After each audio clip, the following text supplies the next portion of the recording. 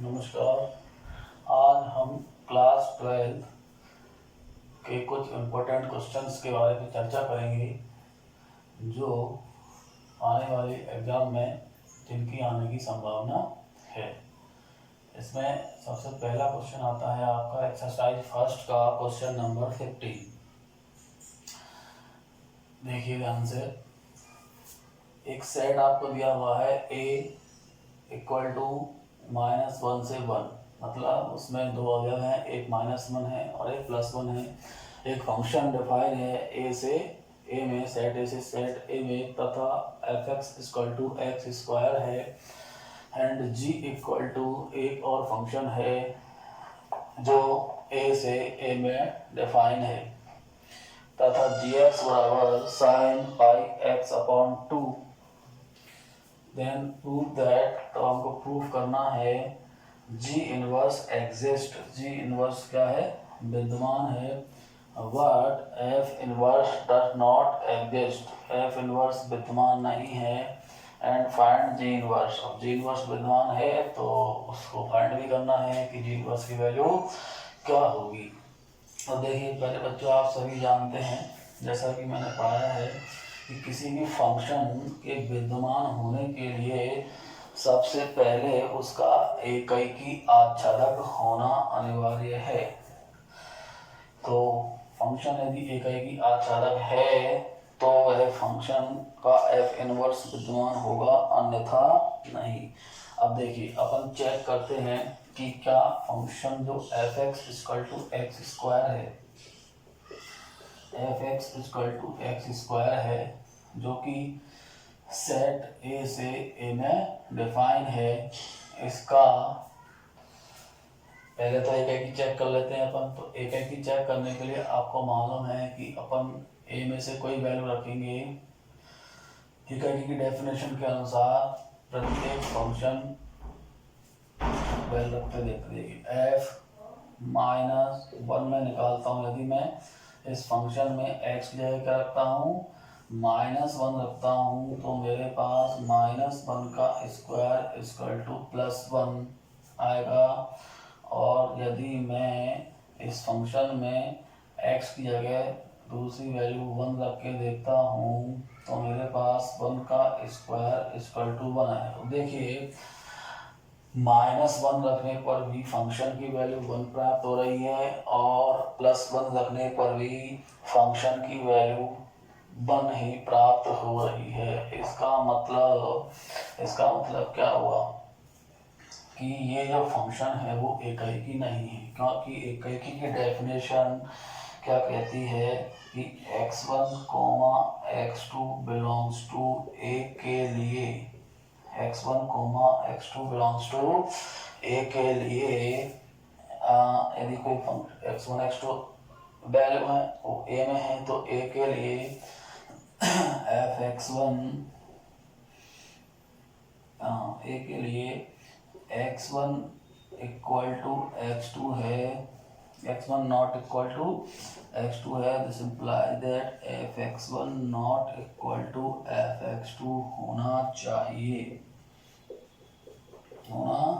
जबकि हमने देखा कि -1 के लिए भी वैल्यू 1 आ रही है और +1 के लिए भी 1 आ रही है, इसलिए हम लिख सकते हैं, इसलिए फंक्शन f एकैकी नहीं है और एकैकी नहीं है, इसलिए f इनवर्स विद्यमान नहीं होगा, f इनवर्स विद्यमान नहीं होगा।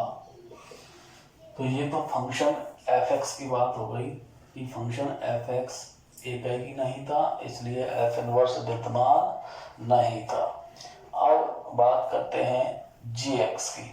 gx फंक्शन एकैकी आच्छादक है या नहीं। तो देखिए gx फंक्शन की बात करते हैं और gx बराबर दिया गया है आपको sin πx/2, sin πx/2, और ये भी किस में डिफाइन है, a से a में डिफाइन है। तो a से a में डिफाइन है तो मैं सबसे पहले g -1 की वैल्यू निकालूंगा और उसके बाद g1 की वैल्यू निकालूंगा। यदि दोनों अलग अलग आएंगी तो एक ही होगा, नहीं तो नहीं होगा, ठीक है, और वो भी ए में से आनी चाहिए। तो सबसे पहले g-1 निकाला। अब g-1 निकालने के लिए मैं gx फंक्शन में x जगह कर रखूँगा, -1 रख दूंगा तो मुझे प्राप्त हो जाएगा sin -π/2। और आप सभी जानते हैं sin -π/2 की वैल्यू कितनी होती है, -1। इसका मतलब x की जगह -1 रखने पर मुझे gx की वैल्यू भी क्या प्राप्त हुई है, -1 प्राप्त हुई है। और g1 रखूंगा तो sin π/2 की वैल्यू 1 होती है। तो इसका मतलब हुआ जी -1 के बराबर आ रहा है और g1 1 के बराबर आ रहा है। इसका मतलब प्रत्येक अवयव का जो है अलग अलग प्रतिबिंब आ रहा है। इसका मतलब क्या हो गया, अगर मैं इसको चित्र के द्वारा समझाएं और इसको डायग्राम के द्वारा, तो इधर अपन ले लेते हैं क्या, सेट ए, और ये भी कौन सा है, सेट ए। इस सेट ए में -1 और 1 एलिमेंट है और यहाँ भी -1 और 1 एलिमेंट है। तो -1 का रिलेशन -1 से आ रहा है और +1 का रिलेशन +1 से आ रहा है। इसका मतलब ये फलन f जो हो गया एक हो गया, f क्या हो गया, एक हो गया, सॉरी f में g फंक्शन कौन सा हो गया, एक हो गया। अच्छा, अब क्या ये फलन आच्छादक है, तो आच्छादक फलन की क्या विशेषता होती है, आच्छादक फलन की विशेषता होती है कि यदि f(x)y है तो f(x)y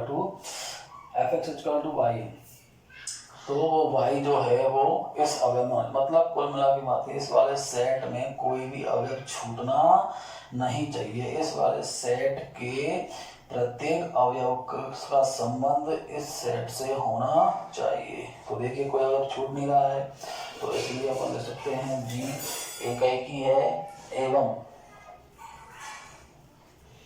आच्छादक की चर्चा।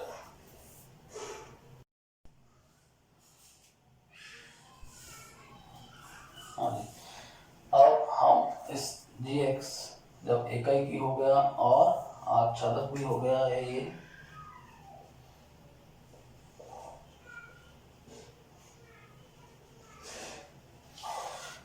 अब हम g इनवर्स, जब g इनवर्स विद्यमान हो गया, एक ही है आच्छादक भी है, इसलिए g इनवर्स क्या होगा, विद्यमान होगा।